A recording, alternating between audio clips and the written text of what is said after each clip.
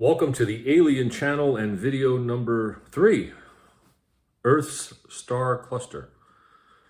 You might have noticed a little bit different image, different camera, different microphone, hopefully a little easier to watch, and I won't cover my face up like I did in the last video.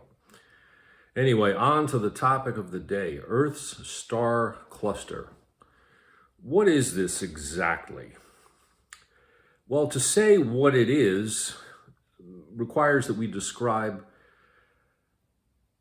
Earth's membership. Membership in what? Galactic Federation, for lack of a better term. What does Galactic Federation mean?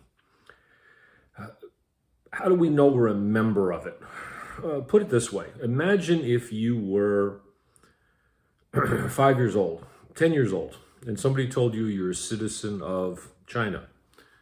Well, how do you know you're a citizen of China at the age of 10? Well, you don't. No 10-year-old really does. They don't have a concept of a nation, citizenship, residence, not yet. That won't develop typically until they're in their teens. So, is the 10-year-old a citizen or not? Well, of course they are. Why? Because the rules that are set down for becoming a citizen, how a person has to be born in a certain territory, or how they have to be naturalized. Can they do it as a minor? Can they do it as a minor at the request of their parents?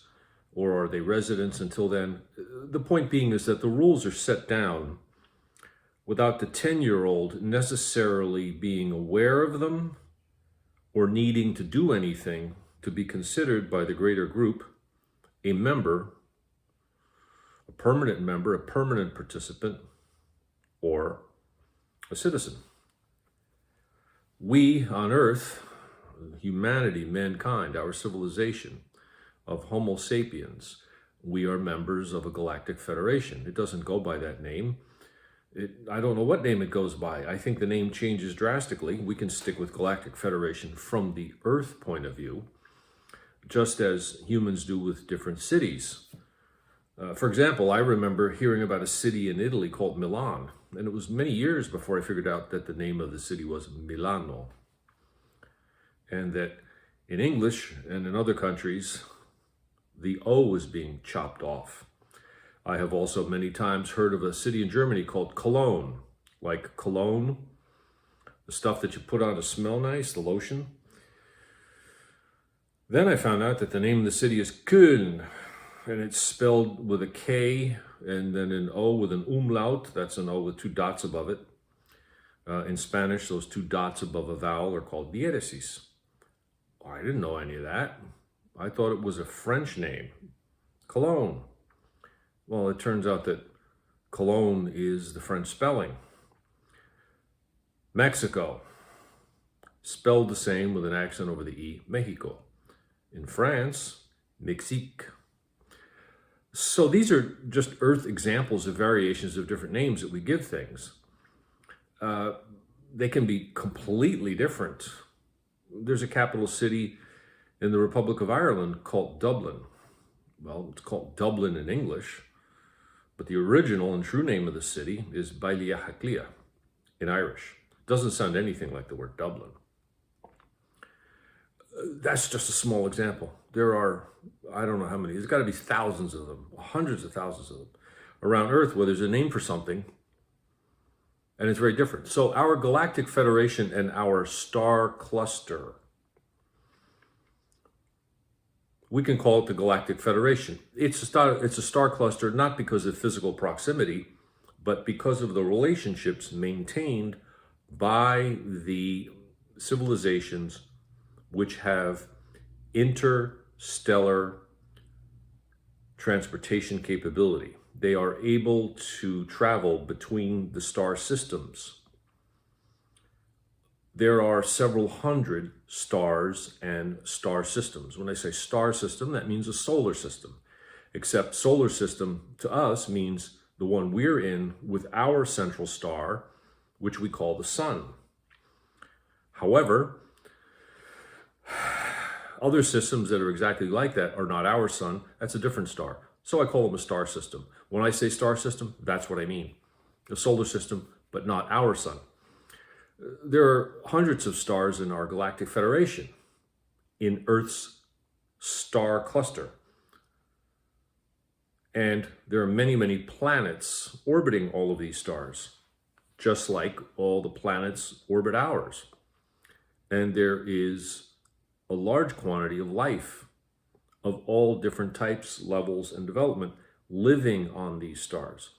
A good bit of it, certainly as relates to animal life, much less developed philosophically or technologically compared to humans. Others, much more advanced. All types of different vegetation, different chemistry, what have you. It is this grouping that has been visited by, charted, examined, and understood by the beings with interstellar travel capability who have formed this galactic federation. They are a member, we are members. They consider us full-fledged members. We don't know this. We think we're alone, or at least that's the popular notion. How often have you typically heard someone lament the very sad question, are we really the only ones in the universe? Because we're unaware. We're not the only ones, not by far. We are going to come into knowledge of our membership without needing to do anything. That 10-year-old I was talking about earlier, who's a citizen of a certain nation, does that 10-year-old need to form a foreign ministry, appoint an ambassador, set up a diplomatic mission, and establish relationships with all the other people in order to declare her or himself a citizen? Well, no, not at all. Well, it's the same thing with us. However, we have this false, inward-looking, ethnocentric, maybe even naively arrogant view that that's what we need to do in order to become members of this galactic federation. We're already members. We're already considered a permanent, full-fledged participant. And there are people in positions of leadership on Earth who know this very well and conceal it. That's going to be the subject of the next video. Concealment and cover-ups. The star cluster itself is run by or managed by, as I said earlier, the aliens or the residents or the inhabitants or the managers or the occupants, you can pick your term, who have the ability to travel between the stars. Essentially, we humans have named these stars Sirius, Arcturus, Canopus, the Pleiades cluster, Zeta. I'm not getting that there's an additional one. And then many others lower than that. There are other civilizations similar to Earth, not quite the same as humanity, although mankind is rather unique in our star cluster. When I say 200 to 250 light years, it depends on which angle or which approach is taken.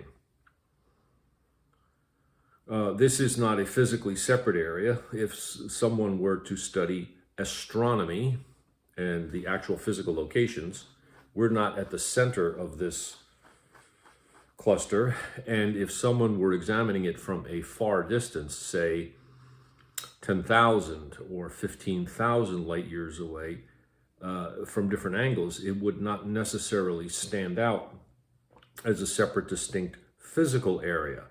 This galactic federation is formed by the interstellar travel capable inhabitants within that area who decide that that's what it's going to be.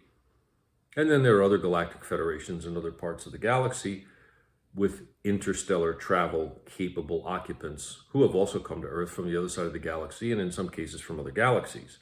They do this with the blessing, the permission, the guidance, and the invitation of the managers, the Sirians, the Arcturians, the the Pleiadians, and in a certain sense the Canopians, maybe even the Zetas, when they visit Earth or the other planets. This is Earth's star cluster. We're a member of it. We just don't know it yet.